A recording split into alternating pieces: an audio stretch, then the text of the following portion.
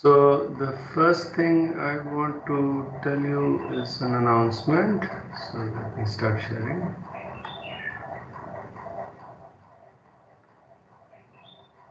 Okay, so I got the email from the UG office telling me what the midsem exam week is. So that's the week of September 27th. So I have marked that week in the website as midsem week. I have tentatively put 29th as the midsem week, but I think this I don't have any freedom with. So whatever they tell me, I will change the date to appropriately. So and also I want to remind you to keep checking the website for homeworks. So currently, so I keep updating the schedule. The class plan according to how things go. So initially I planned to cover section 4.3 today, but after thinking a little bit about it, I will cover expectation today. Okay, and I will do this later. Okay, so these are some things I wanted to say. Okay, so let's get back to continuous random variables. So as I said, this is a random variable whose CDF can be written as an integral of a density. Its CDF at any value x is the integral from minus infinity to x of the density, right? And for any sort of nice subset, which includes things like open intervals, closed intervals, what have you, unions of them, this is all going to be integrals of the density. Okay, so and so the problem with continuous random variables is that the probability of any outcome is going to be 0, and so we cannot talk about intervals. We cannot talk about outcomes. We have to talk about events. And the other thing I told you was an intuition of what the density at any point means. It means something that you have seen in 101. It means that the probability of the random variable taking a value in an interval centered, a small interval centered around, let's say A, is roughly the length of the interval times the density at A. So notice, I did not emphasize this last time, but notice that there is no restriction on the density being less than or equal to 1. So density of course has to be positive, but it does not have to be less than or equal to 1. So let me remark, because the epsilon will take care of it. So epsilon is small enough. Note that the PDF does not need to be less than or equal to 1. It has to be positive or not greater than equal to 0.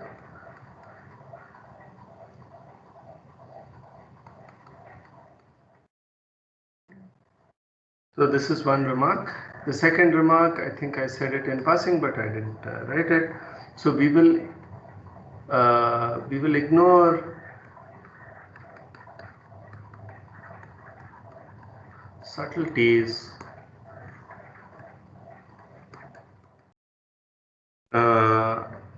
about F, the sigma algebra, when we talk when we talk about continuous random variables. There are many issues when one talks about when one gets into the nitty-gritties, and you know, if I do that, this will become a course on measure theory, and I will lose maybe 3/4 of the course, except for those of you who are mathematically inclined. And this is unfortunately something that cannot be avoided. I mean, I can do this course at teach this course at a fairly abstract level, but then I would lose a lot of you, and it would become boring. I mean, this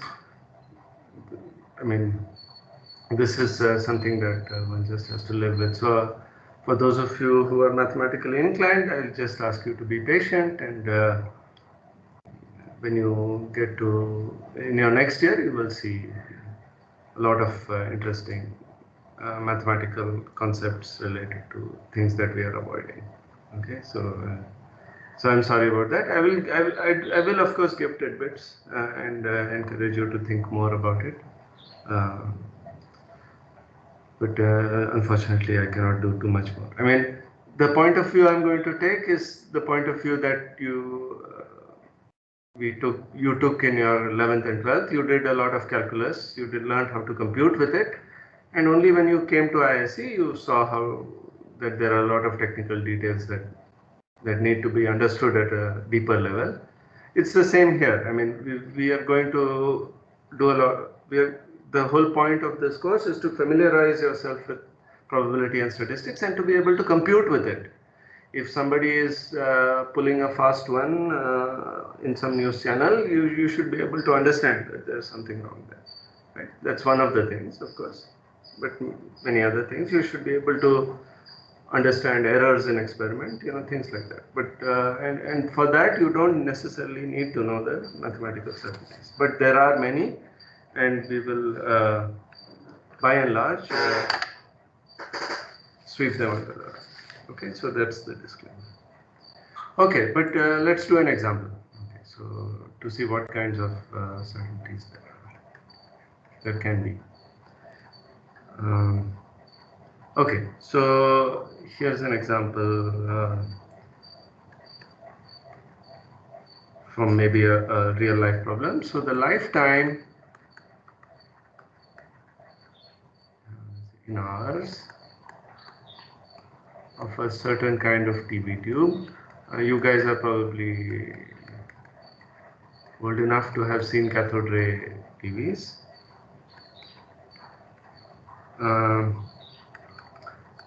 Is a continuous random variable with PDF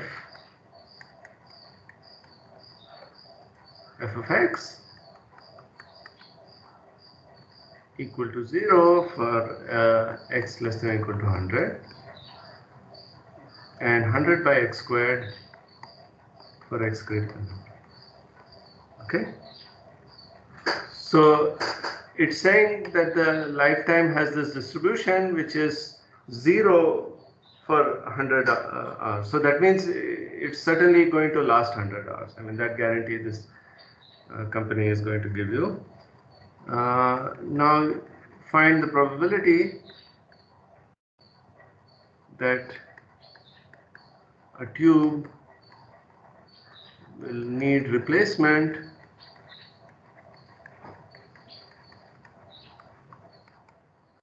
within the first 150 hours. Okay, so this is the kind of question that one will have to answer. So using I'm talking about continuous random variables.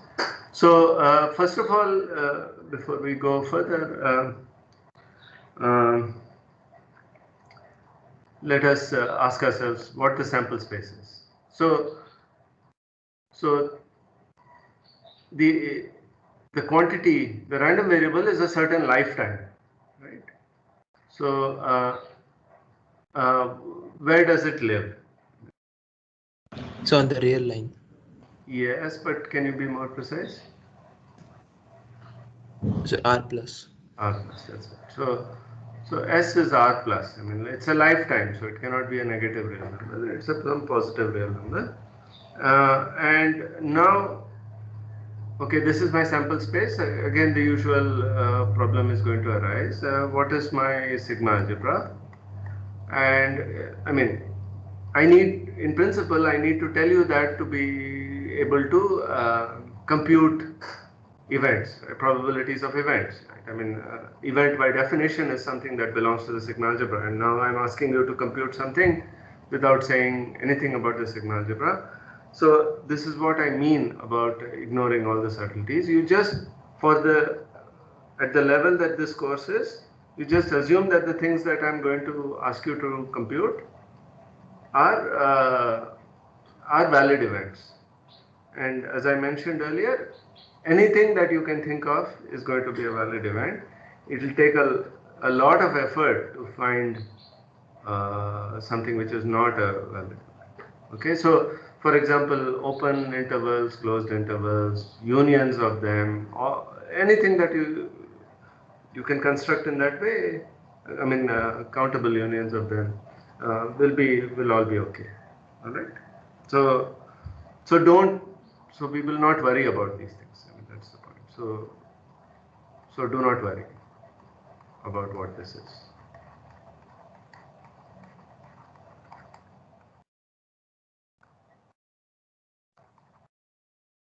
Suffice it to say that not every, so this is not 2 to the r plus.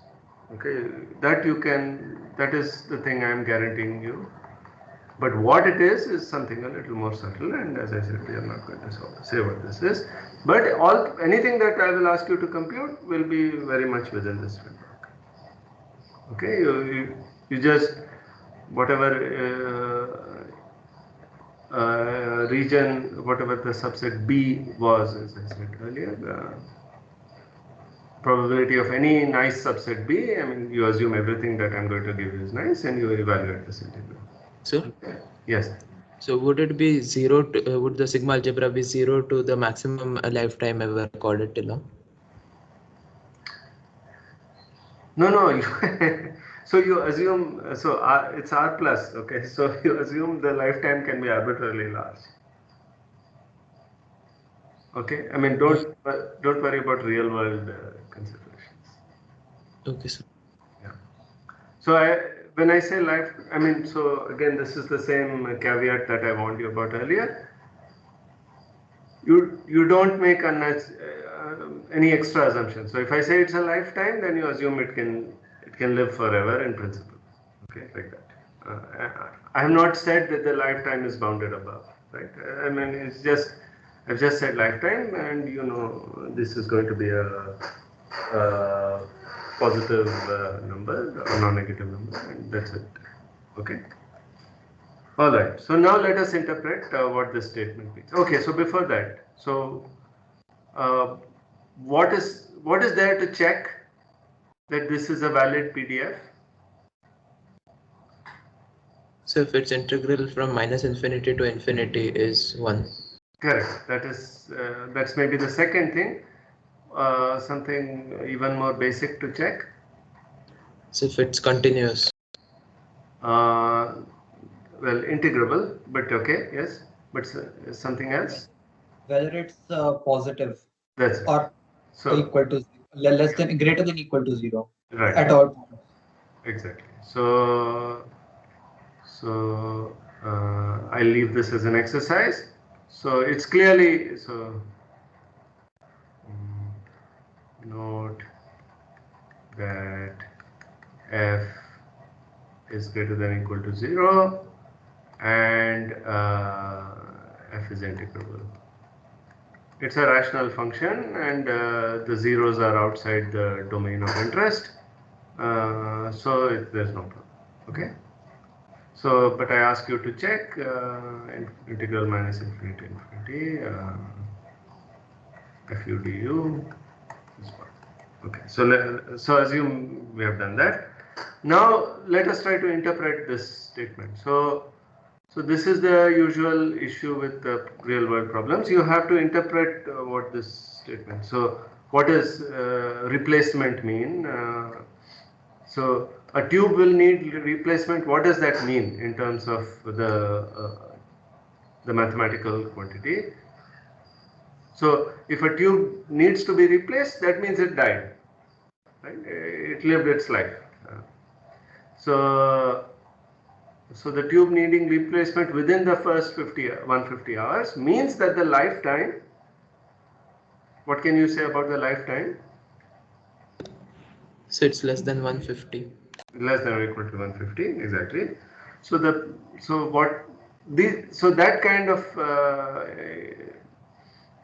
translation from English to mathematics is something that I'm going to expect you to do.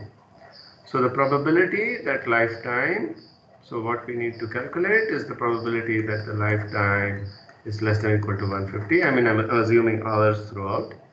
This is integral 0 to 150 f of x dx, or f of u du if you like. Okay, I'll confuse you and put f of x dx. Here, I mean, these are just dummy variables, so that's quite okay.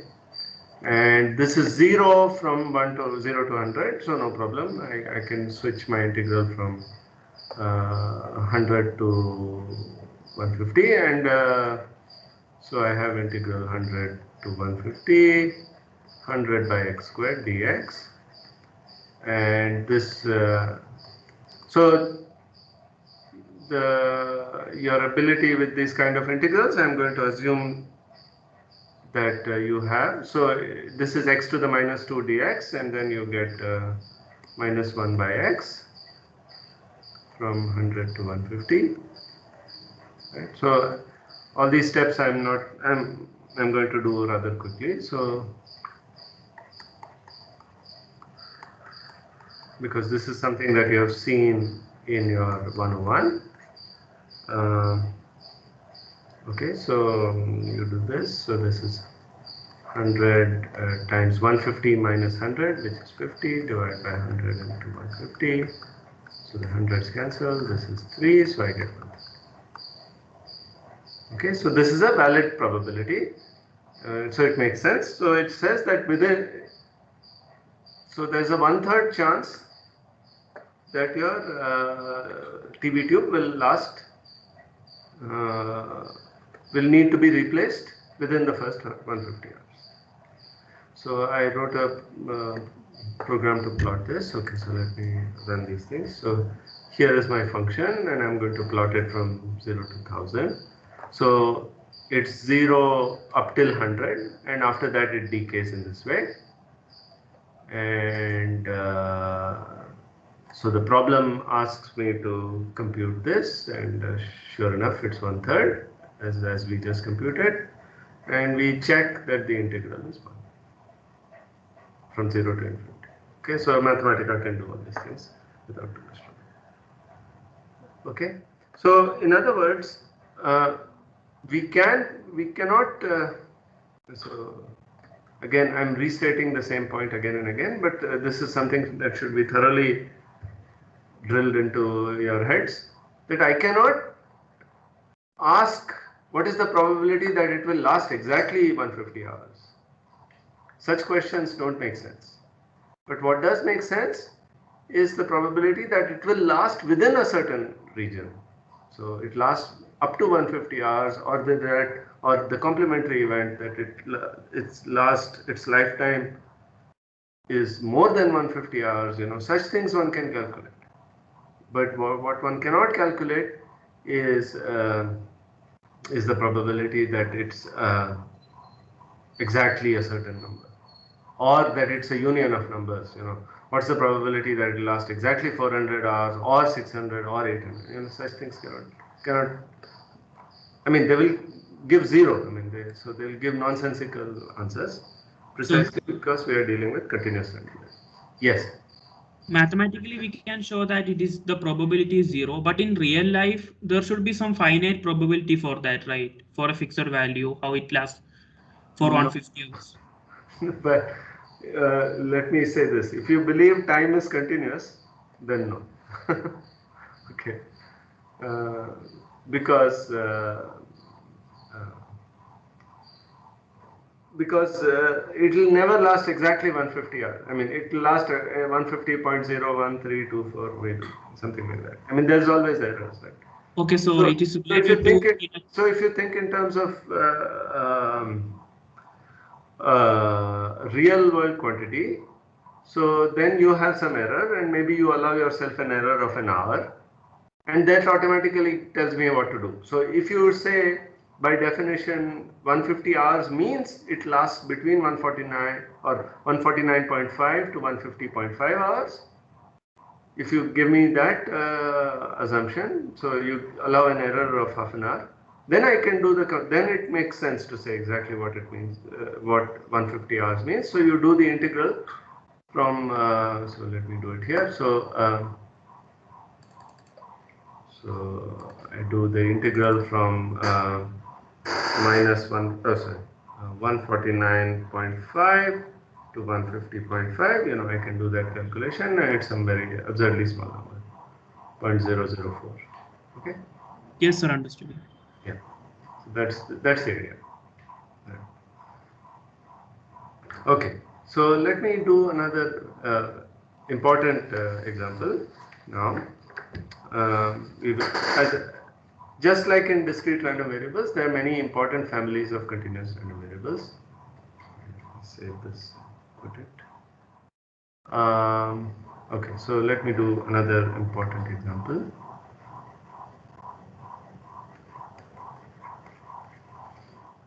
This is related to this problem that I showed you earlier. Pick a random number in 0, 1, right? I had asked this kind of question. So this is called the uniform random number. Let me start. So this is denoted uniform unif of AB. Okay, so what it is? So roughly X is distributed as unif AB means X is equally likely, roughly, to be any value in AB. So for A list. Okay. So I have to give you the PDF. So the PDF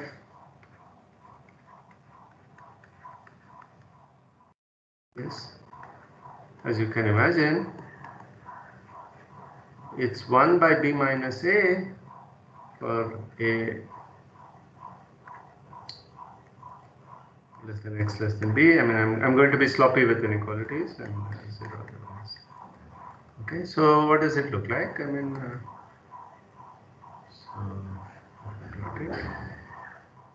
so let's say here is A, here's B. A and B need not be positive, by the way. So here is 1 by B minus A. A is less than B, so this is a positive number. And so your density is going to look like so. And maybe I put it this way. Oh, I should have used a damn. Okay, let me do this trick.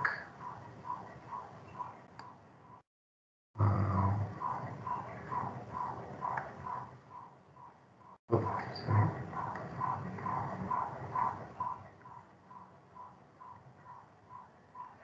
As I said, I'll be sloppy. I mean, you could have done this way or that way with the density. Okay, right? Is that clear? So this makes eminent sense, right? The density should be constant. So this is in quotes, right? So of course, taking any single value has probability 0. That is still the case, but what this is saying is if I take this interval of length, let's say t here, and I take this interval of length t here, the probabilities are going to be equal. And more than that, you know, one has a more general, a much more stronger statement than that. But roughly that's what it is. Okay. So now I want you to tell me what is the CDF. And the CDF, you can tell me by inspection, I think. I don't have to do any calculations. So, let me first. So someone wants to volunteer? What is the CDF? Sir, it would be 0 when x is less than a, less than Very good. equal to a. Yes, that's correct. It would be x minus a upon b minus a when x is in between a and b. And after that, it would be 1. both less than? Or? That is no, it would be 1 after b, like when x is greater than or equal to b. So you're saying 1. So here this will be less than, you're saying? Sir, Yes, I guess it doesn't matter. Okay. Does everybody agree with that? Yeah. No, that is wrong. Because I told you that the f has to be right continuous. This is one of the properties. So I can be sloppy with the inequalities for the density, but not with the CDF. Okay. This is an important point. So this inequality has to be weak. But even if the inequality is less than b, Oh, it sorry. would still Did I be say it the other way around? Sorry. Just a second. So it has to be right continuous, right? So it should be there. No. What am I doing? Just a second. So right continuous. Yeah. No. This is correct. Yeah. So I said it the other way around. Yeah. So this is the correct thing because of right continuity. Is it? Sir, but even if it's the other, it defined the other way around, then also the function is the same, right? Function is not the same. Oh, yes. Thank you. Yeah, thanks. Okay, yeah, sorry, I confused myself. Yes, thank you, Kenan. Yes, that's exactly right. Because, okay, so for continuous random variables, it doesn't matter. As we said earlier, the CDF is continuous, so it doesn't matter which way you put. That's correct. Yeah. So Soham, you were right. I just confused myself. So it's 0 up to A. And at A, when you plug in over here, you will still get 0. And now it will have the slope so that, okay, I should start.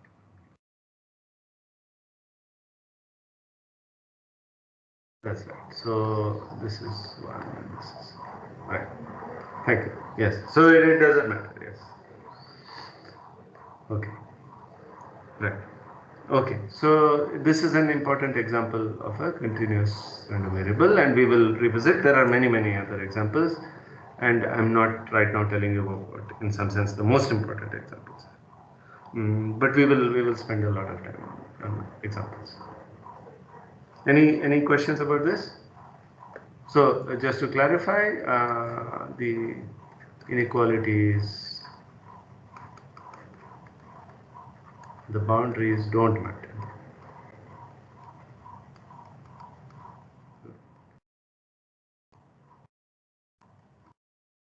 Because f is continuous. So that's what a continuous random variable. Okay, so now I think in the last class, I think Aditya had asked about examples of random variables which are non-trivial, which are neither continuous nor discrete. So I'll give you 2 examples. So the first one is the following experiment. Toss a fair coin.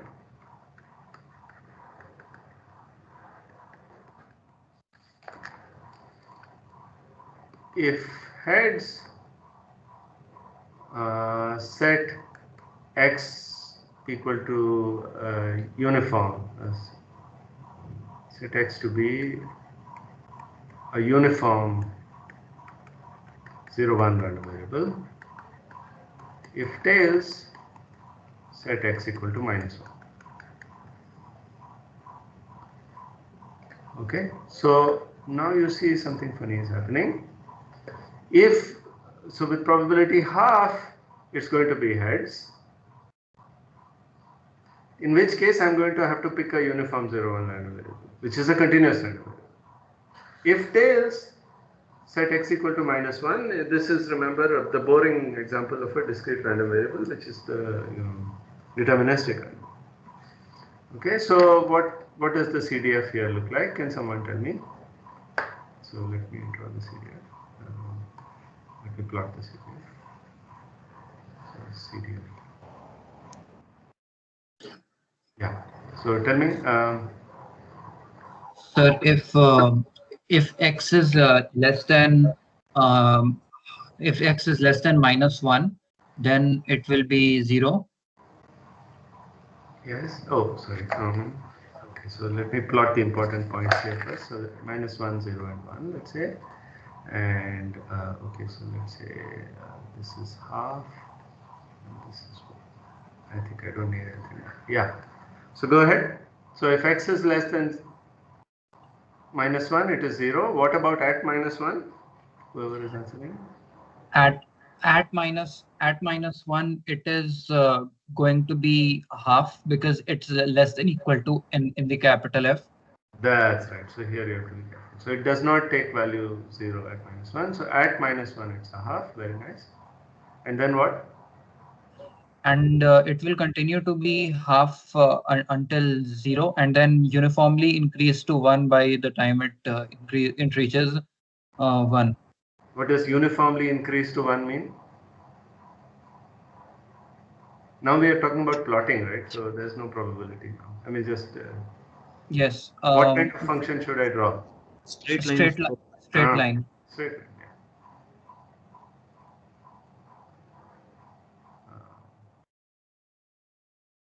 Yeah.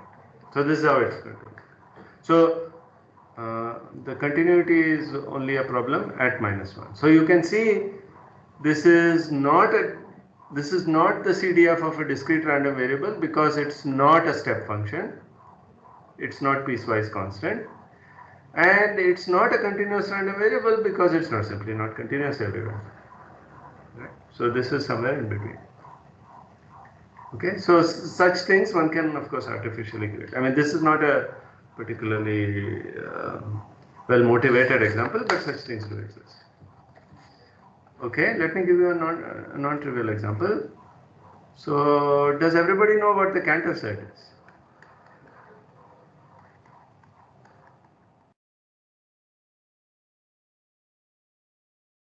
Yes? No, sir. Is there someone here who does not know the Cantor set? Please raise your hands if you don't know the Cantor set.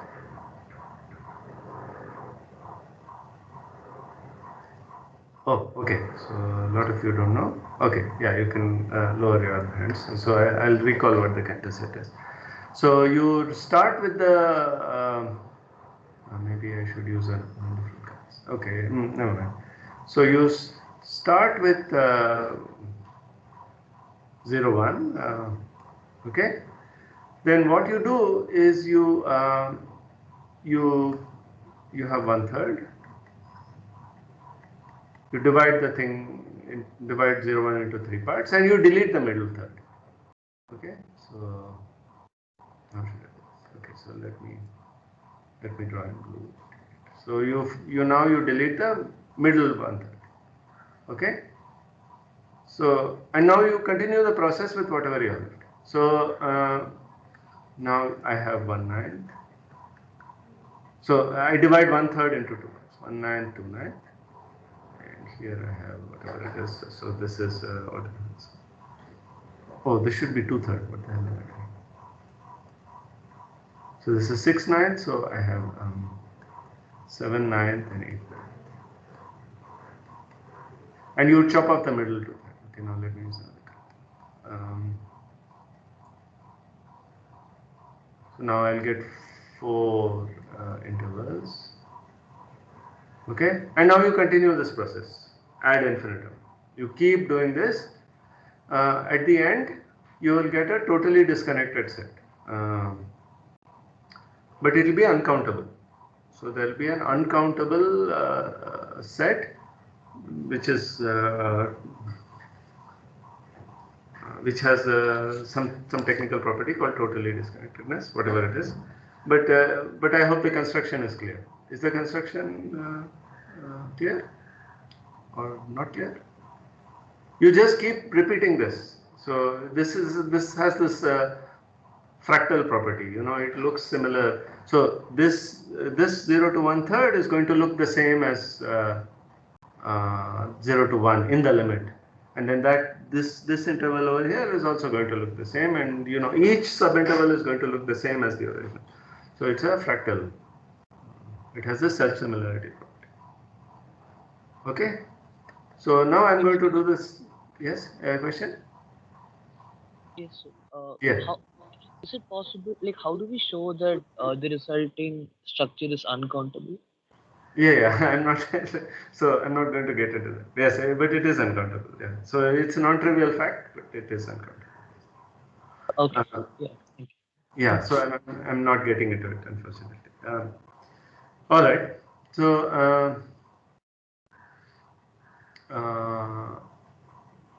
Okay.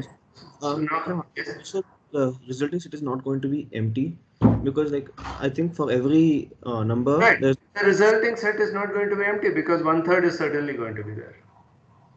No matter what you do, 1/3 is not going to be the middle 1/3 of whatever interval you get. Right? So these endpoints will stay. 1/9, 2/9, 1/3, 2/3, 7/9, 8/9. All of these are going to stay. yes, sir. And you keep dividing, so you will get the endpoints of those boundaries, and they will continue to stay, and so on. Right? So there are going to be many elements for you get. Now showing that they are uncountably many is the question. Actually, these are the only points that will remain. Okay. Anyway, but let me not go too much into it. But let me construct a PDF, a CDF from this. So construct a CDF similarly.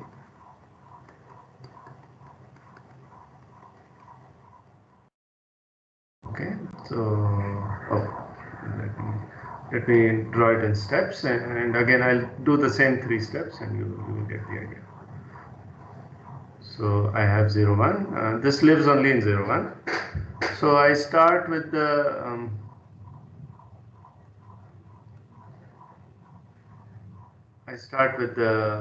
uniform random variable on 0, 1. That's my first step. So step 0, or step 1, whatever. And now my next step. I'm missing my colors. Okay, so let me do this.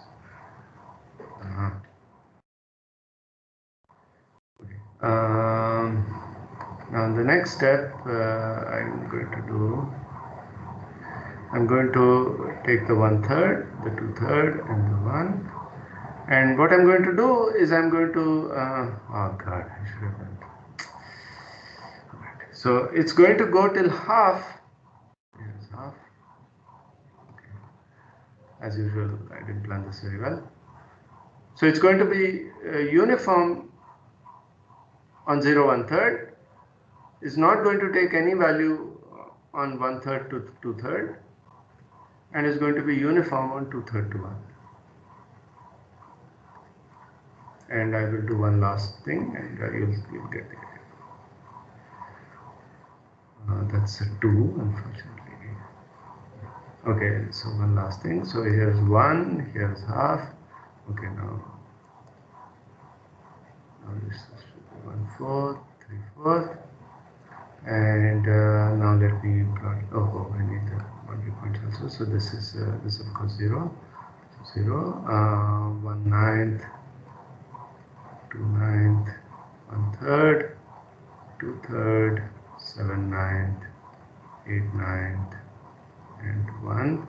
And of course now my picture is going to get worse and worse. So maybe I'll zoom in a little more. Yes, that's I can do that. Tablet. Okay, so I go like this. So it's constant on 0. I mean, it's uniform on 0, 1 to 1/9, constant 1/9 to 2/9. Now from 2/9 to 1/3 it goes up to half. Here it's again constant between 1/3 and 2/3. So now you notice my scale is totally messed up. This distance should be this distance, but you see what I'm going to do. So then you go constant up to 7/9. Sorry, uniform up to 7/9, constant up to 8/9, and then uniform up to 1. Okay, like that. Oops. Okay, and now you continue this process. Okay, I forgot to write. So step 2, step 3, etc. And the limiting object, it's of course 0 behind. So I didn't draw that, but it should be obvious. So the limiting object has the property of being continuous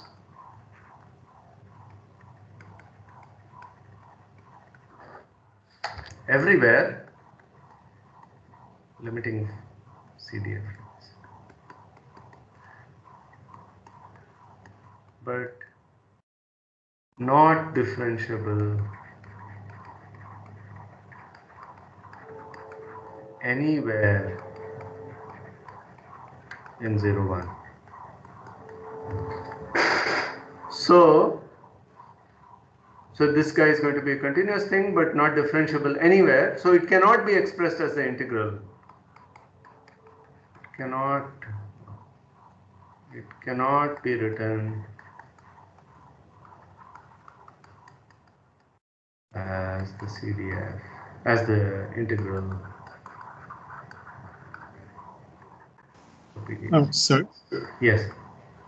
So it will have like an uncountable number of discontinuities, but it will be differentiable in places where it is constant. Right? No, but there is no such point. That's the problem. I mean the region from between 1/3 to the region 2/3. between 1/3 and 2/3 will Oh, always be. sorry. Yes, thank you. Yes, so I should have been careful. It's not differentiable At infinite many at points. uncountably infinite points. Thank you. Yes, that's good. Because in 1/3, 2/3, of course, it's constant. Countably many points. Yes, thank you. Yes, that's absolutely right. So I mean, you know that if there are countable number of discontinued points of non-differentiability, then it could be written as an integral. But because this is uncountable, you have a problem.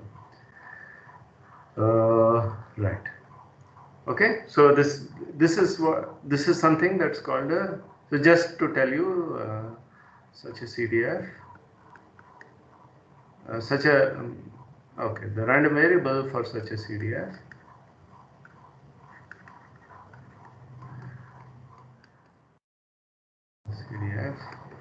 is called singular continuous. We will never deal with such things. I mean, they are far too exotic for our days in this course. Okay, right. So these are two non-trivial examples of random variables which are neither continuous nor discrete.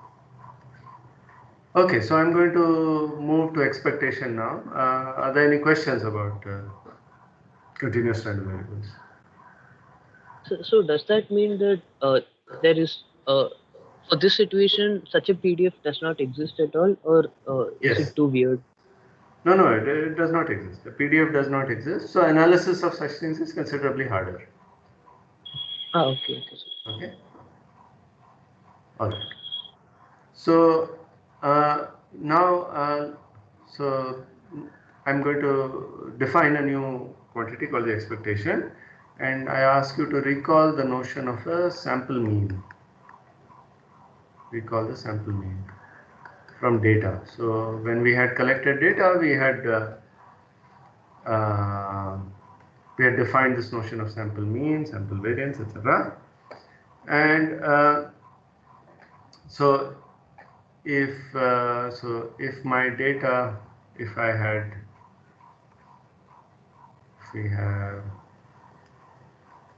our data set was x1 to xn, x bar was given by 1 by n x1 plus up to x. Right? So this was what we had, and now we want to generalize this idea. Oh, was, not wax. So we want to generalize this idea. Within the context of probability. Okay. So for now, focus on discrete random variables. So focus on discrete random variables. So suppose we have so suppose we perform. We have defined the formal notion of an experiment. So suppose we perform an experiment, n experiments of a discrete random variable x, whose PMF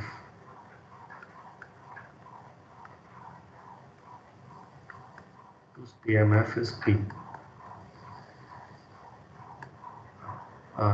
P is, remember, the value.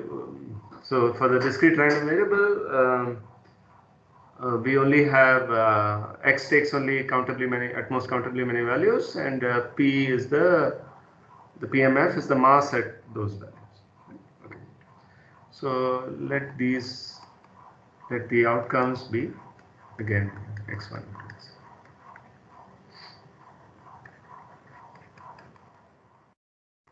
Okay. So so focus on a value,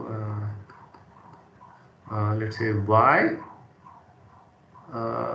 such that where x lives, so that P of y is positive. So y lives in the range of capital X. Okay. So suppose now if n is very large,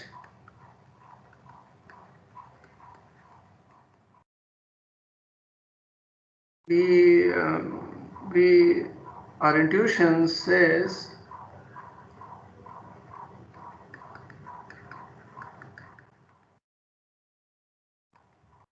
so suppose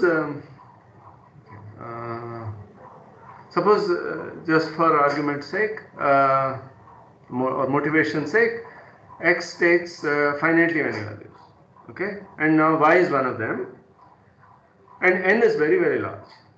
Okay, so I mean, just to keep some concrete example in mind, let's say x is a result of a die throw, and we perform 1 billion experiments. So there are 6 possibilities, but you perform 1 billion experiments of which is the throw of a fair die, or whatever, unfair die, whatever. Then how many times do you think y will occur? You're performing a huge number of experiments, and there are many few number of values it can take, and you know the PMF. So I claim that our intuition says that y will occur roughly P of y times n.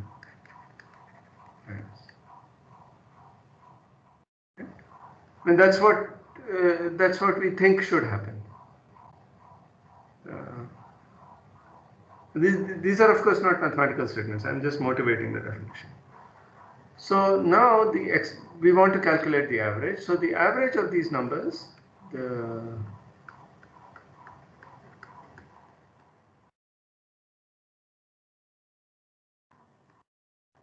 should be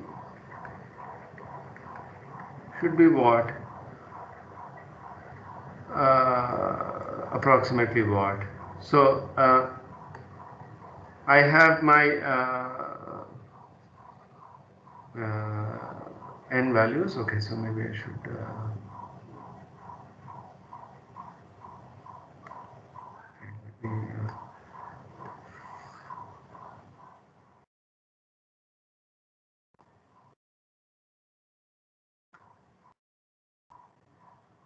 so suppose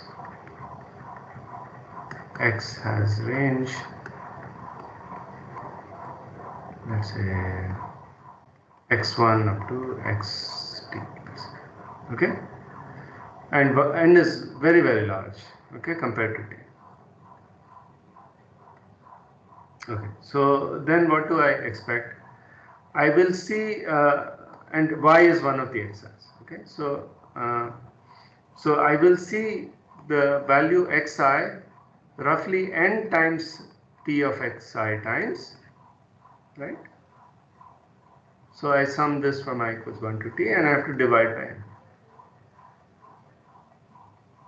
Is this clear?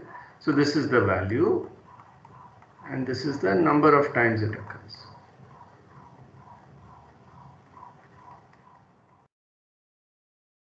I mean, this is all rough, right? I mean, of course, this n times pxi is no guarantee to be an integer, but roughly that's what you would believe. And so the n's cancel, and so this is sigma I equals 1 to t xi pxi. Right? So this is nothing but a weighted average. It's the usual. So this is the usual notion of a weighted average, which you must have seen in school, where the weight is proportional to the probability that it has. Probability of that. Sure. Yes. How do we calculate the probability of xi given the probabilities of No, it's given. the outcomes? PMF is given. Sir, but x has the range, so these are some real numbers which have been mapped to the outcomes. Yes. No, I don't understand. What is the question? Sir, these x1 to xt are completely different from the set x1 to xn, right? Oh, I apologize. Yes. So maybe let me just say why. No, xi's take value y, but maybe that is unnecessary. Thank you. So let me just write it this way. Okay. Each xi is belongs to this set y1 to y2. Okay. Right. Yes, sir. Okay. So, but then shouldn't it be probability of xi and not probability of y? Yes, that's what the PMF is. No, sir, in the final expression, like the weighted average. Yes. What is the confusion? So, should it be probability of xi and not probability of yi?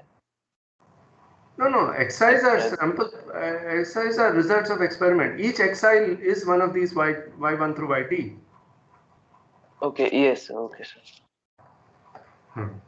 Okay, so that's correct. So this motivates the following definition. Okay, so the mean value, the mean or expectation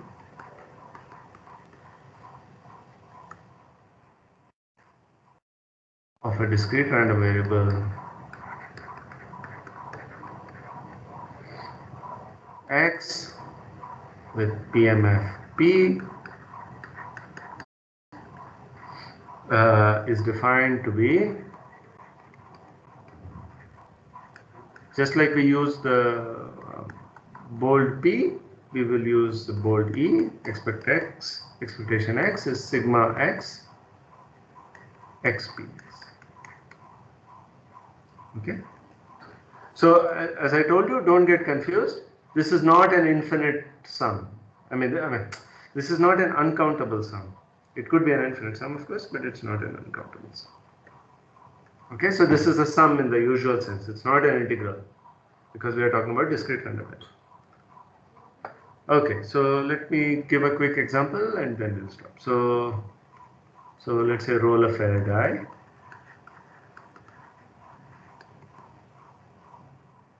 And let x be the outcome. So we've already discussed what the PMF is. So then PMF P is P of x is 1 by 6 if x belongs to the numbers 1 through 6 and is 0 otherwise. So what is the expectation of x? So expectation of x is sigma, again, let me write it directly, I equals 1 to 6, these are the values, I times 1 by 6, right? So x is I and P of x is always 1 by 6 for these 6 numbers, okay? And now this is 1 by 6, I take it outside, so this is 1 plus up to 6, which you can all do. This is 21. So 21 by 6, which is 7 by 2, which is 3.5. Okay. So this is the expectation. So the term, the English word expectation says what you expect, right? Something,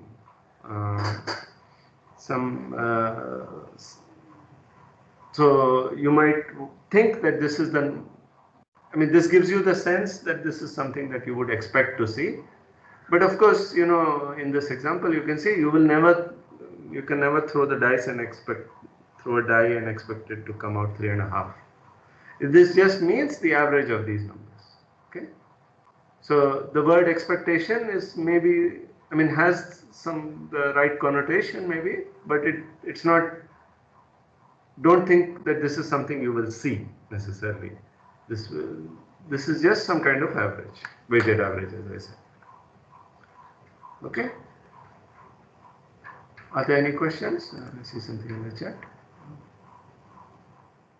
Yeah, so that Vedant has answered Soham's question. Any other questions?